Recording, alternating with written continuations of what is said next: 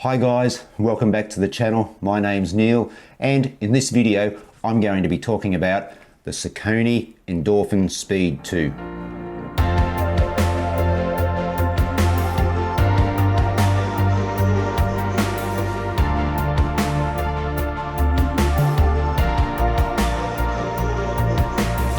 Alright, let's talk about the Saucony Endorphin Speed 2. I did a first impression video after my initial run in this shoe and said at the time I would do a 100 mile or 160 kilometer update.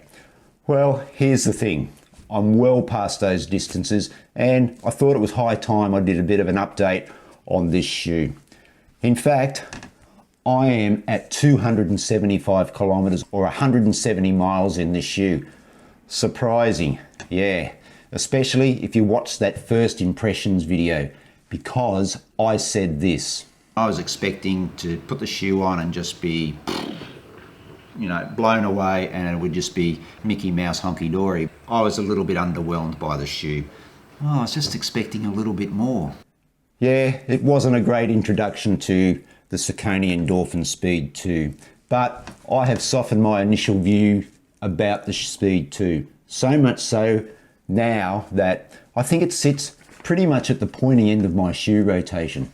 Don't get me wrong, the New Balance Fuel Cell Rebel version 2 is still my #1 go-to shoe, but this shoe is a very close second. So what has changed my mind?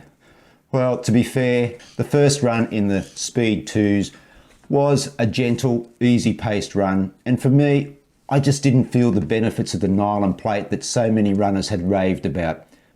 But where this shoe really came of age was from the 50 to 60 kilometers, that 30 to 40 miles range. The shoe just seemed to go to another level. I took it with me when Trish and I had a holiday in Victoria earlier this year, and after a few runs, I could feel this shoe come alive. I started to run quicker in the shoe, yet my heart rate didn't alter. Then the real light bulb moment was at the Traralgon Park run, where I ran a 19:21 park run. It felt comfortable, I could feel the assistance from that nylon plate and Saucony's speed roll technology, popping with each stride and seemingly pushing me through my gait with ease. And it was wet and there was no issues with traction. So this encouraged me to reach for this shoe more often. A month later, and I dipped under 19 minutes for the Wynnum Park run in the speeds, my fastest 5 kilometers in almost 5 years. I was sold. I began to reach for this shoe more and more, and now here we are, 275 kilometers or 170 miles later. And I have to say, I love the easy day runs in this shoe now, but it offers so much more. Just have a look at my 5 kilometer times. I've run up to 26k in this shoe with no issues. Now I'm not sure if I'd go too much further, but for a medium long run shoe, I find it ideal. Tempo runs, intervals, steady runs, I've got no dramas reaching for the Saucony Speed 2s. I said in the first impression video that the shoe was comfortable to wear, and if anything, it's got better with the more work it's done. The only issue that I have with the shoe, and it's a real minor one, and I said this way back in that very first run, the laces. I find them a little bit stretchy, which means that they can work a little bit loose during a run. But it's not bad, and it just means paying a little bit more attention to tying them before heading out for a run. Now, looking at the wear and tear, and being a white shoe, you'd expect it to be a little bit grubby, which it is.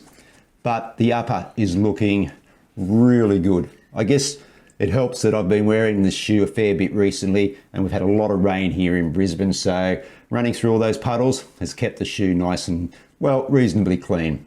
There are no blemishes anywhere on the upper. The semi-gusseted tongue and the engineered mono mesh are still holding their shape, and I really like how this tongue is a little more padded than other shoes on the market.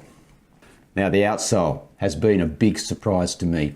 Wow, 275 kilometers, 170 miles, and there is just nothing to see there. The XT900 outsole with reinforced high abrasion zones is a real winner. It looks as good now as it did out of the box. And the midsole, that Power Run PB foam, shows no signs of compression lines. There's hardly even a mark on it. This shoe just continues to impress, and I love running in it. Look, I'm not a fan of the colorway, but that's all I could get at the time. But this shoe has still so much life to give. I'm confident I'll get to 800k, 500 miles. And if I do, guys, I'll make sure that I update you on how that shoe's still performing. I just hope that I don't get there before the third version of the Saucony Speed 3s are released later this year. From what I've read, the Speed 3 will be a little heavier as Saucony strives for more structure and better support and foothold. The heel counter has been reinforced to maximise lockdown, and I believe there are maybe a little bit less rubber on that outsole to offset some of the weight gain and the changes to the upper coming in the Speed 3. But I can't wait to try it. Do you have a pair of the Saucony Endorphin Speed 2s? If you do, let me know down in the comments what your thoughts are about running in the shoe. Alrighty, so there's my update on the Saucony Endorphin Speed 2, guys. Short video, this one. If you have enjoyed this video, make sure you do give it a like or even share it with your running pals. It really does help the channel to grow. Thanks for watching, and remember, run free, run happy, and I'll catch you in the next video.